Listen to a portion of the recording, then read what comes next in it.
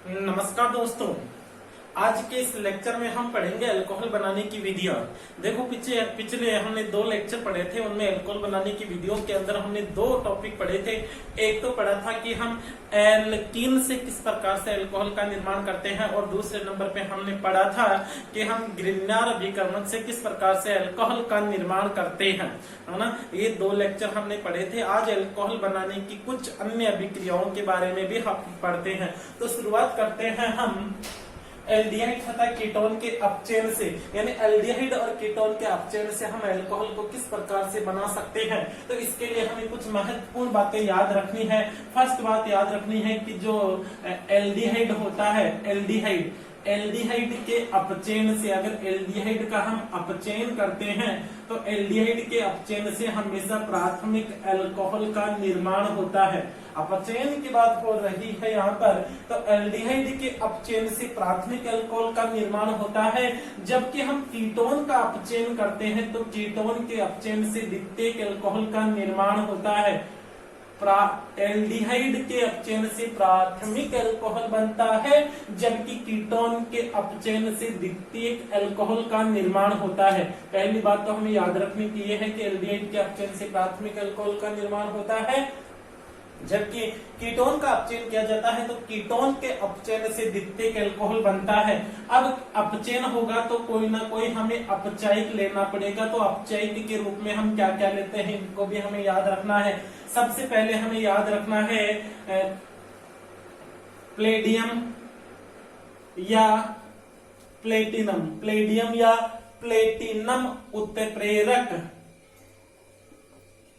उत्प्रेरकीय हाइड्रोजनीकरण। अगर हम प्लेडियम या प्लेटिनम उत्प्रेरक की उपस्थिति में एल्डिहाइड और कीटोन का हाइड्रोजनीकरण करते हैं। हाइड्रोजनीकरण का मतलब होता है हाइड्रोजन का योग करवाना। तो जब एल्डिहाइड व कीटोन के ऊपर हम हाइड्रोजन का योग करते हैं तो हमें प्राथमिक और द्वितीयक अल्कोहल प्राप्त होता है। दूसरे नंबर पे अगर हम देखें तो दूसरे नंबर पे हम सोडियम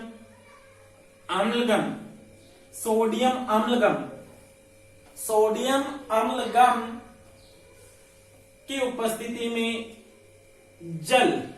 सोडियम अम्लगम और जल के द्वारा भी हम हाइड्रोजनीकरण करते हैं। सोडियम अम्लगम यानी किसी धातु का मरकरी के अंदर जो विलयन होता है उसको हम अम्लगम कहते हैं। किसी भी धातु, कोई सी धातु हो, जैसे सोडियम है, मैग्नीशियम है, एल्यूमिनियम है, अगर उसको हम मरकरी के अंदर मिला देते हैं तो इसका जो मरकरी के अंदर विलयन बनता है उसे हम अम्लगम कहते हैं। तो सोडियम का मरकरी के अंदर अम्लगम बना के जल की उपस्थिति में हाइड्रोजनीकरण किया जाता है। तो हाइड्रोजनीकरण करने से भी प्राथमिक और द्वितीयक अल्कोहल का निर्माण होता है। तीसरे नंबर पे लिथियम एल्यूमिनियम हाइड्राइड या सोडियम बोरोहाइड्राइड, के द्वारा भी हम अल्कोहल और एल्डिहाइड का अपचयन करते हैं तो प्राथमिक और द्वितीयक अल्कोहल का निर्माण होता है। याद रखने वाली बात है कि एल्डिहाइड के अपचयन से प्राथमिक अल्कोहल बनता है, जबकि कीटोन के अपचयन से द्वितीयक अल्कोहल का निर्माण होता है। अपचयक के रूप में हम लेते हैं प्लेडियम प्लेटिनम की उपस्थिति में उत्प्रेरक या हाइड्रोजनीकरण, यहाँ पर भी हाइड्रोजनीकरण। यहाँ पर अपचयन लिथियम एल्यूमिनियम हाइड्राइड या सोडियम बोरोहाइड्राइड, ये दोनों में से कोई सा भी एक लेकर हम अपचयन कर सकते हैं। फोर्थ नंबर पर अगर हम देखते हैं तो एथेनॉल C2H5OH, एथेनॉल और सोडियम, एथेनॉल व सोडियम की उपस्थिति में भी अपचयन कर सकते हैं और इस अपचयन को बुबो ब्लॉक अपचयन कहते हैं। ब्लॉक अपचयन, ठीक है। तो हम यहाँ पर हमें ये 4 बातें याद रखनी है कि अपचायक के रूप में हम क्या क्या ले सकते हैं, है ना। अपचायक के रूप में हम क्या क्या ले सकते हैं, इनके बारे में भी हम बता सकते हैं। प्लेडियम प्लेटिनम उत्प्रेरक हाइड्रोजनीकरण, सोडियम मरकरी की उपस्थिति में, लिथियम एल्यूमिनियम हाइड्राइड की उपस्थिति में। तो लिथियम एल्यूमिनियम हाइड्राइड व सोडियम बोरोहाइड्राइड के द्वारा अपचयन कर सकते हैं। एथेनॉल सोडियम की उपस्थिति में जो अपचयन किया जाता है उसे बुबो ब्लॉक अपचयन कहते हैं। अब ध्यान देना, कुछ रिएक्शन की हम चर्चा करते हैं। जैसे एल्डिहाइड हमने लिया RCHO। अब एल्डिहाइड का अगर हम हाइड्रोजनीकरण करते हैं तो H लिख सकते हो इसको, या H2 लिख सकते हो, H2 भी लिख सकते हो, या 2H भी लिख सकते हो। हाइड्रोजनीकरण करते हैं जैसे प्लेडियम उत्प्रेरक की उपस्थिति में, तो याद रखना एल्डिहाइड को हम ऐसे लिख सकते हैं C डबल बॉन्ड OH, ये एल्डिहाइड होता है। एल्डिहाइड पर हाइड्रोजन का योग होता है, तो यहाँ पर ये जो द्विबंध होता है वो द्विबंध टूटेगा, एक हाइड्रोजन ऑक्सीजन पर, एक हाइड्रोजन कार्बन पर, तो बनेगा RCH2OH। देखो R को हमने ऐसे कैसे लिखा, ये कार्बन था, एक हाइड्रोजन इस पे जुड़ा हुआ है, एक हाइड्रोजन और आके जुड़ गया तो CH2 हो गया, ये CH2 हो गया, और एक हाइड्रोजन ऑक्सीजन पर जुड़ते ही ये OH हो गया। तो एल्डिहाइड से हमने बना लिया है प्राथमिक एल्कोहल। जैसे जैसे हम बात करें, जैसे हम CH3 C double bond OH, ये एथेनेल होता है, एथेन और एल्डिहाइड का अनुलग्न होता है एल। एथेनॉल का अगर हम हाइड्रोजनीकरण करते हैं प्लेटिनम प्लेडियम उत्प्रेरक की उपस्थिति में, या आप ले सकते हो सोडियम बोरोहाइड्राइड ले सकते हो, एथेनॉल और सोडियम ले सकते हो, लिथियम एल्यूमिनियम हाइड्राइड भी ले सकते हो।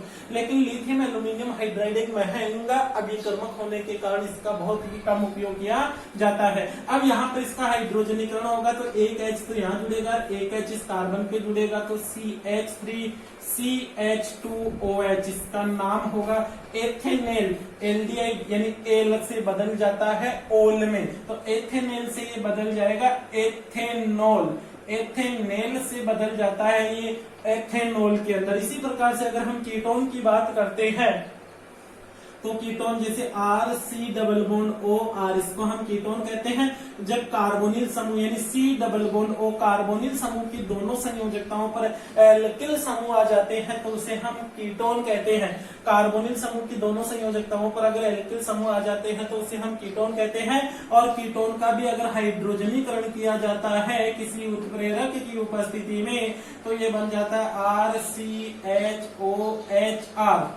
ठीक है, यहाँ पर देख सकते हो एक H इस कार्बन पे और एक H इस ऑक्सीजन पे, तो ये कीटोन है। कीटोन के अपचयन से हमें प्राप्त हुआ है द्वितीयक एल्कोहल, कीटोन के अपचयन से हमें प्राप्त हुआ है द्वितीयक एल्कोहल। जैसे जैसे हम बात करें एसीटोन, एसीटोन हमने लिया है कीटोन का प्रथम सदस्य। अगर एसीटोन का भी हम हाइड्रोजनीकरण करते हैं किसी उत्प्रेरक की उपस्थिति में तो CH3CHOHCH3 एसीटोन, जिसे प्रोपेनॉन भी कहते हैं, तो प्रोपेनॉन से बनता है प्रोपेन 2ऑल। ठीक है, तो हम बता सकते हैं किस प्रकार से एल्डिहाइड और कीटोन के अपचयन से प्राथमिक द्वितीयक एल्कोहल का निर्माण कर सकते हैं। याद आपको रखना है प्राथमिक एल्कोहल होता है वो एल्डिहाइड के अपचयन से प्राप्त होता है, जबकि द्वितीयक एल्कोहल होता है वो कीटोन के अपचयन से प्राप्त होता है। अपचय के रूप में हम क्या क्या लेते हैं। फोर्थ नंबर पे हम पढ़ेंगे कार्बोक्सिलिक अम्ल व एस्टर के अपचयन से, है ना। कार्बोक्सिलिक अम्ल होता है RC डबल बॉन्ड OOH, ये कार्बोक्सिलिक अम्ल होता है। अगर कार्बोक्सिलिक अम्ल का भी हम अपचयन करते हैं तो हमें यहाँ पर जो विशेष बात याद रखनी है कि कार्बोक्सिलिक अम्ल का अपचयन हम लिथियम एल्यूमिनियम हाइड्राइड के द्वारा ही कर सकते हैं। कार्बोक्सिलिक अम्ल का अपचयन हम लिथियम एल्यूमिनियम हाइड्राइड के द्वारा ही कर सकते हैं। अब यहाँ पर हमें ध्यान देना है, एक हाइड्रोजन तो इस ऑक्सीजन पर जुड़कर H2O बना लेता है, वो तो अलग हो जाता है, और 3 हाइड्रोजन में से 2 तो इस कार्बन पे, क्योंकि एक बॉन्ड यहाँ से टूट जाएगा और एक बॉन्ड यहाँ से, तो दोनों बॉन्ड पर 2 हाइड्रोजन और एक हाइड्रोजन इस ऑक्सीजन पे, तो RCH2OH यानी प्राथमिक एल्कोहल का निर्माण होता है। ध्यान देना, जैसे हमने ये कार्बोक्सिलिक अम्ल लिया, कार्बोक्सिलिक अम्ल का क्रियात्मक समूह का जो क्रियात्मक समूह होता है ना वो C डबल बॉन्ड OOH है ना, तो यहाँ पे CH3C डबल बॉन्ड OOH, इसे एसिटिक अम्ल भी कहते हैं, एसिटिक अम्ल।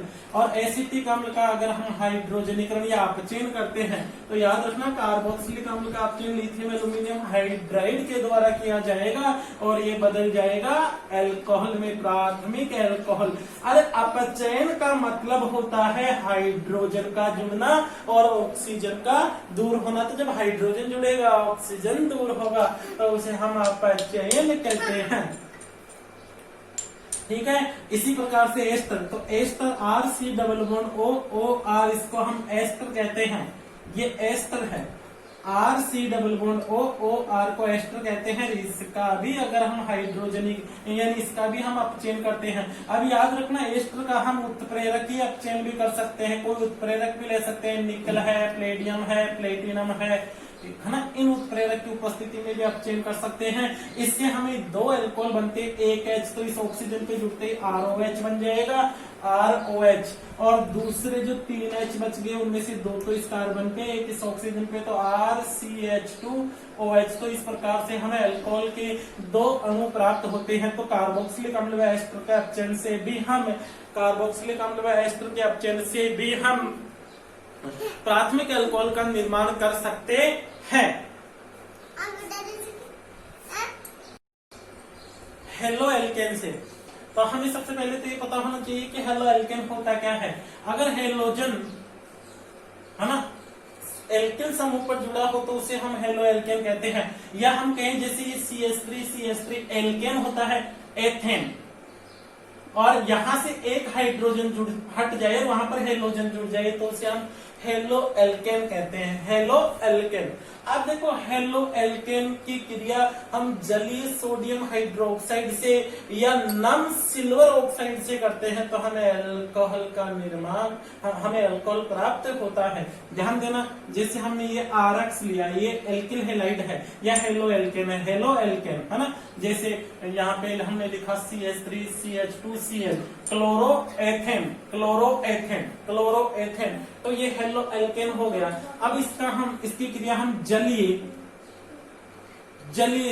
लेना है। अगर जलीय नहीं लेते हो, क्षारीय ले लेते हो, तो फिर विलोपन अभिक्रिया, तो जलीय NaOH के साथ अभिक्रिया करवाते हैं, तो ये OH तो यहाँ पर आ जाता है और ये हेलोजन यहाँ पे आ जाता है, तो बनता है ROH, अल्कोहल बन जाता है, ये NaOH अलग हो जाता है। जैसे हम बात करें CH3CH2Br, ये ब्रोमोएथेन लिया हमने, ब्रोमोएथेन, हेलो एल्केन, ब्रोमोएथेन, एथेन है ना, ब्रोमोएथेन, हेलो और एल्केन, तो हेलो मतलब हेलोजन यानी ब्रोमो, और एल्केन यानी एथेन, तो ब्रोमोएथेन। अगर हम इसकी जलीय NaOH या KOH से क्रिया करवाते हैं, तो ये बन जाता है हमारे पास एथेनॉल, और ये रह जाता है सोडियम ब्रोमाइड, इसको हम कहते हैं एथेनॉल, एथेनॉल, और ये अलग हो जाता है सोडियम ब्रोमाइड, है ना। आप यहाँ पर सिल्वर ऑक्साइड भी ले सकते हो, सिल्वर ऑक्साइड भी ले सकते हो, है ना। हम यहाँ पे सिल्वर ऑक्साइड भी ले सकते हैं, जैसे हमने ले लिया है AgO। अगर हम इसके द्वारा भी अपचयन करते हैं तो हमें प्राप्त हो जाएगा CH3CH2OH, और ये हो जाएगा AgBr, है ना। इसको संतुलित हम नेक्स्ट जब ईथर पढ़ेंगे वहां पर हमें इसको संतुलित करने को देखने को मिलेगा। तो आपको तो इतना पहले वाली बातें याद रखो। हेलो एल्केन से आपके एग्जाम में लिखा हुआ आएगा कि हेलो एल्केन से हम किस प्रकार से एल्कोहल को बना सकते हैं, तो आप याद रखो जलीय सोडियम हाइड्रोक्साइड के साथ रिएक्शन करके इसको बना सकते हैं। 6 नंबर पे हम पढ़ते हैं एस्टर के जल अपघटन से, है ना। अगर हम एस्टर का जल अपघटन करते हैं, एस्टर का जल अपघटन किया जाता है, तो भी हमें प्राथमिक अल्कोहल प्राप्त होता है एस्टर के जल अपघटन से। एस्टर के जल अपघटन में एक बात हमें याद रखनी है कि एस्टर का जल अपघटन किया जाता है तो हमें अल्कोहल के साथ साथ कार्बोक्सिलिक अम्ल भी प्राप्त होता है। देखो एस्टर होता है RC≡OOR। अगर हम इसका जल अपघटन कर दें, है ना, तो देखो जल क्या होता है HOH, तो एक तो H यहां जुड़ जाएगा और OH यहां जुड़ जाएगा, तो क्या बन जाएगा RC≡OOH, और ये रह जाएगा ROH। ये अम्ल उत्प्रेरक की उपस्थिति में होने वाली रिएक्शन है। तो एस्टर का जल अपघटन किया जाता है तो हमें कार्बोक्सिलिक अम्ल और अल्कोहल प्राप्त होता है, जैसे CH3C≡OORHOH, है ना। यहाँ पे भी हम CH3 ले लेते हैं, तो एक तो H तो यहाँ पे और OH यहाँ पे, तो क्या बन जाएगा अम्ल की उपस्थिति में CH3C≡OOH, और ये रह जाएगा CH3OH, है ना। इस प्रकार से हमें एक तो कार्बोक्सिलिक अम्ल प्राप्त होता है और एक अल्कोहल प्राप्त होता है। एस्टर के जल अपघटन से एक तो कार्बोक्सिलिक अम्ल प्राप्त होगा और एक अल्कोहल प्राप्त होगा। ये क्रिया अम्ल उत्प्रेरक की उपस्थिति में होती है। यहाँ पर हमें याद रखना है ना, यहाँ पर